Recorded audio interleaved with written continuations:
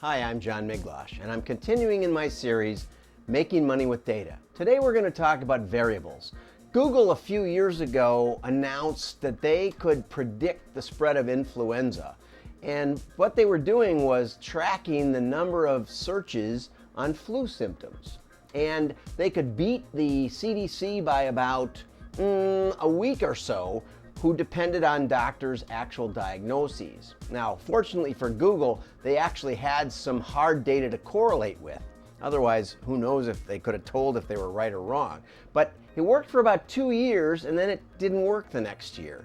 And what probably was going on was that the TV coverage of influenza had changed, and that was driving people to the web to look up the flu symptoms rather than actually having flu themselves. Google was using inferential influenza data, try saying that fast, and the CDC was using actual diagnoses. And you can see that there's pitfalls in all of this. We can use data any way we like. We don't have to worry about whether it makes any sense or not. Well, that's what we want to talk about, variables, today. I believe that there's still a place for creativity and ingenuity and thought in data, even big data, even Google's data. When we're trying to model, what we're doing is we're taking something that's happened and we're saying, okay, that if you model your data, you're going to end up with a line, something like that, where there's sorting from good to bad. There's some really good segments, and there's a lot of bad segments, okay? And what we're trying to do is find a connection between the people, the kind of people that did really well or really poorly, and something else in the world that we can get our hands on, okay? People ask, is it okay? We surveyed our customers and we found out that some of them have workshops in their basement, and those are the guys that buy the tools. Okay, that's great. How many of your customers do you know whether they have a workshop in the basement? How many of the lists you might rent do you know? How many of the people in your TV audience do you know if they've got a... No, you don't know that. So that's not a good variable. So we tend to use a lot of stuff derived from the census data, okay? But we also use the 90, the 2000, and 2010. We have change data. How did that stuff change? Where are the big change areas? A lot of different stuff. We have, I don't know, 300-400 maybe. We probably have 1,000 variables now based on geodemographics laying around that we try and use, and we build them for our clients. But anyway, so what you're looking for is, let's say you're selling, something expensive, and so now you've got high, medium, and low households, and the households in America, and you rank them from good to bad on median household income, and you say, oh, gee, that kind of maps along there, and it does. Truth is, it does. But you also could map median dwelling value, and that actually is steeper, and that could map a little better maybe. And then you've got high school graduation rate. That's a little flatter, but it's still on that same thing. Or you could map I was going to say smoking. I don't know if we've got that. I don't think we have it. Chewing tobacco. We don't have any of that. But I'm expecting that it would go like that. It'd go the opposite way. Hunting goes kind of the opposite way. I do have some hunting data.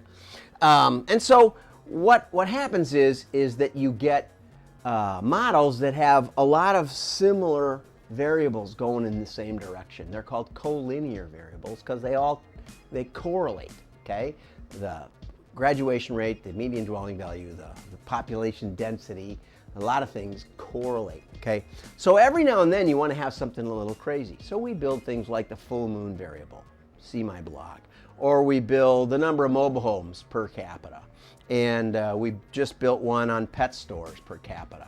For Baseball Express, we took the baseball players that were part of the American Softball Association, and we could find softball hotspots around the country. So there's a lot of fun you can have tailoring the variables to your clients on the basis of geodemographic information, and then taking it back and applying it to outside lists or to calls coming in from your TV commercials. We did that for the Highlander. But you want to have a lot of creativity because you don't want to bet the farm on any one variable. I think it's also really important that you talk with the people that are making these variables, that you try to understand it. You try to understand how they're calculated. We're doing one right now on products that predict whether someone is going to buy again on their first order or whether they're not so likely to do it. And we've taken about 10 different whacks at it, and it's not simple, okay? And you know, one sort of approach gets us one thing and one sort of approach gets us another. This is incredibly tricky, okay? Takes a lot of imagination. I'm sure Google has smart people doing these sorts of things, but you want to be talking to your modeler. You don't want to just say, okay, the model works this year, it works next year, now it stops working. What are we going to do? You want to understand it. So if you're working with a modeler and you don't have these discussions, then you really need to, you know, and if they don't have hundreds of geodemographic variables, you might want to find a different modeler. Anyway, you know, I'm not going to tell you what to do. I'm just going to tell you it's important to have a rich environment so that you can not only see what's working and what's not working, but you can start to develop theories so that you can predict and project your model into the future. And when it stops working, you have alternatives, you have things to try, and you have theories of what's going on in the real world. You always need to tie it back to what's going on in the real world. I know that's a little higher standard than your typical statistician, but that's what it takes to do predictive modeling. I'm John Miglosh. Thanks for watching. Have fun with your data.